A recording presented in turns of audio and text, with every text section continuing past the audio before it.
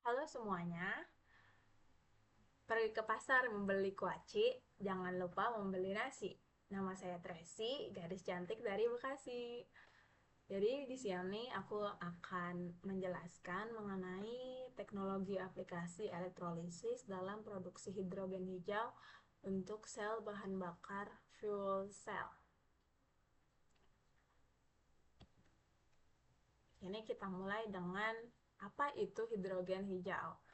Hidrogen merupakan unsur paling ringan dan dapat menjadi sumber energi yang bersih. Nah, produk sampingnya itu hanya air dan tanpa polusi. Kalau green hydrogen atau hydrogen itu diproduksi dengan listrik dari energi terbarukan seperti matahari atau angin. Lalu untuk prosesnya itu membelah air menjadi hidrogen dan oksigen. Dan manfaatnya yaitu energi berkelanjutan tanpa emisi, lalu cocok untuk kendaraan, pembangkit listrik, dan penyimpanan energi. Nah, untuk produk samping ini adalah hasil tambahan atau hasil yang dihasilkan dari suatu proses utama. Nah, dalam konteks ini, produk samping pembakaran hanya air. Berarti ketika hidrogen digunakan sebagai bahan bakar, hasil reaksi utamanya adalah energi, bisa energi listrik ataupun panas. Dan satu-satunya hasil tambahannya produk sampingnya ini yang dihasilkan dari prosesnya adalah air. Itu berbeda dengan bahan bakar fosil yang menghasilkan produk samping berupa polutan seperti karbon dioksida atau gas berbahaya lainnya. Nah, jadi hidrogen ini jauh lebih bersih karena hanya menghasilkan air sebagai limbahnya gitu. Lalu proses produksi hidrogen ini dibagi menjadi 4. Aku dapat sumbernya dari ISDM, itu Kementerian Sumber Daya Lingkungannya, dan sini ada steam reforming, elektrolisis, gasifikasi, dan juga proses biologis. Untuk steam reforming sendiri itu menggunakan gas alam metana dan uap untuk menghasilkan hidrogen.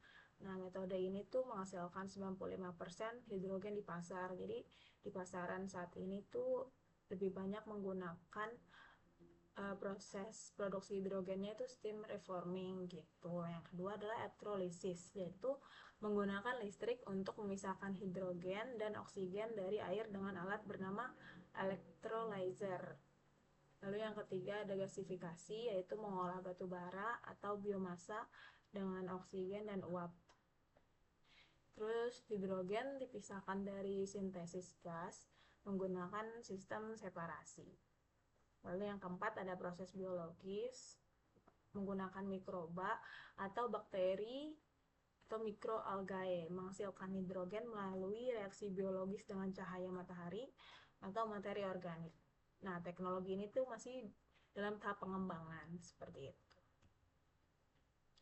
Nah, hidrogen sendiri itu diproduksi dari energi konvensional seperti minyak bumi, gas alam, batu bara dan biomasa, serta dari energi terbarukan seperti solar PV, angin, hidro, dan juga panas bumi yang dialirkan melalui jaringan listrik. Nah, proses produksinya ini meliputi steam reforming atau gasification yang memanfaatkan bahan bakar fosil atau biomasa untuk menghasilkan hidrogen melalui reaksi dengan uap atau oksigen, dan elektrolisis yang menggunakan listrik dari energi terbarukan untuk memisahkan hidrogen dari air. Hidrogen yang dihasilkan digunakan pada berbagai skala, mulai dari peralatan elektronik, yaitu skala kecil, kendaraan listrik hidrogen, skala menengah, lalu ada skala besarnya pembangkitan listrik. Lanjut, apa itu hydrogen fuel cell? Yang merupakan jenis sel elektrokimia yang menghasilkan listrik melalui reaksi reduksi dan oksidasi, atau biasanya dikenal dengan reaksi redox. Dan sel ini menggunakan 3 komponen utama dengan bahan bakarnya adalah hidrogen, lalu oksigen sebagai oksidannya, dan membran pertukaran proton sebagai elektrolit.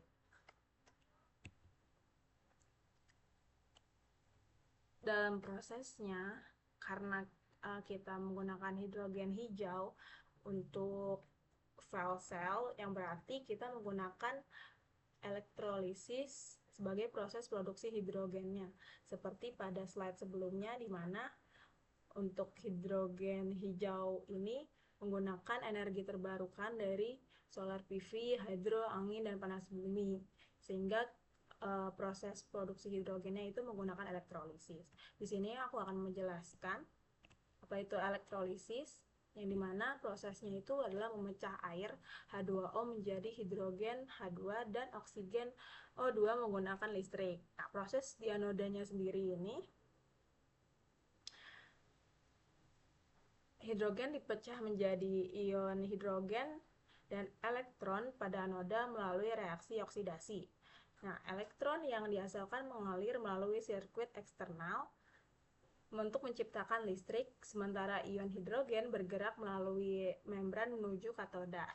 Lalu proses di katodanya sendiri, oksigen bereaksi dengan ion hidrogen dan elektron yang datang dari sirkuit eksternal, menghasilkan air sebagai produk sampingan. Karena hanya air yang dipancarkan sebagai limbah, hidrogen fuel cell menjadi sistem yang sangat ramah lingkungan. Nah, untuk cara kerjanya hidrogen fuel cell sendiri ini, di anoda hidrogen H2 dipecah menjadi proton H+ dan elektron pangkat min proton H+ melewati lapisan elektrolit menuju sisi katoda.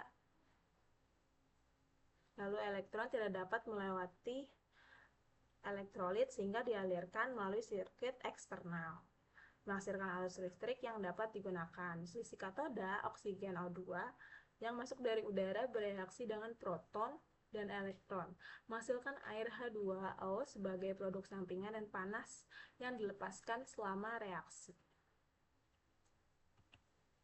Lalu untuk reaksi kimianya sendiri, untuk proses di anodanya atau proses oksidasi, hidrogen H2 sebagai bahan bakar dipisahkan menjadi proton H+ dan elektron dengan menggunakan katalis platinum yang mempercepat reaksi. Jadi reaksi yang terjadinya ini adalah reaksi oksidasi di mana hidrogen kehilangan elektronnya, dan energi standar dari reaksi ini adalah 0,00 volt. Lalu proses di katodanya atau reduksi, di sisi katoda proton yang telah melewati elektrolit bergabung dengan elektron yang mengalir melalui sirkuit eksternal serta oksigen dari udara. Nah, gabungan ini menghasilkan air sebagai produk akhir. Proses ini dibantu oleh katalis berbahan nikel. Ini adalah reaksi reduksi karena oksigen menerima elektron untuk membentuk air, dan energi standar yang dihasilkan dari reaksi ini adalah 0,68 volt. Lalu penghitungan energi sel bahan bakarnya itu dihitung dengan mengurangi energi di anoda dari energi di katoda. Sehingga 0,68 proses dari di katodanya dikurangi 0,00 dari proses di anoda yang dihasilkan sama dengan 0,68 volt. Jadi setiap satu sel bahan bakar menghasilkan energi sebesar 0,68 volt. Aplikasi penggunaan hidrogen fuel cell ini digunakan dalam industri, yaitu produksi amonia, petrokimia, dan pengolahan logam, yang juga berfungsi sebagai bahan baku yang membantu mengurangi emisi karbon di sektor industri. Lalu yang kedua ada di pembangkit listrik, yang dimana dimanfaatkan dengan siklus kombinasi gas dan menjadi alternatif bersih pengganti bahan bakar fosil. Lalu selanjutnya di Indonesia sendiri penggunaan energi hidrogen terbesar ada pada sektor transportasi, utamanya sebagai bahan bakar mobil, truk, dan kapal laut. Namun untuk transportasi itu setiap mobil itu perlu baterai dan juga tabung hidrogen dan juga sebuah baterai seperti itu. Nah, tantangannya sendiri, hidrogen hijau ini jauh lebih mahal dibandingkan hidrogen konvensional karena tingginya biaya teknologi dan energi terbarukan. Dan kekurangan fasilitas produksi, penyimpanan, transportasi, dan stasiun pengisian hidrogen.